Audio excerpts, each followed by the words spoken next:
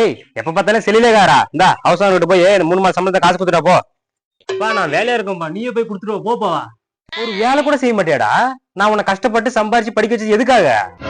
எல்லா காசும் வேஸ்ட் பண்றதுக்கு தான். எனக்கு தான் படிப்பேன்னு நல்லாவே தெரியும்ல. அப்படி இருந்து என்ன படிக்க வச்சு எல்லா காசும் வேஸ்ட் பண்ணி இப்ப வாடகை வீட்டுல இருக்கிற மாதிரி கொண்டு வந்துட்டேன்.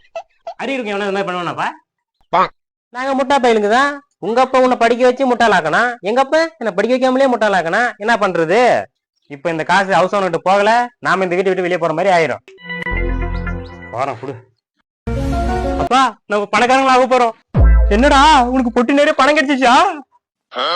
அப்பா இந்த பாக்ஸ்குள்ள 2 முட்டை இருக்குது. அது 6 மாசத்துல குட்டி போடுறோமா. அந்த குட்டி வித்தா பல கோடி போகுமா.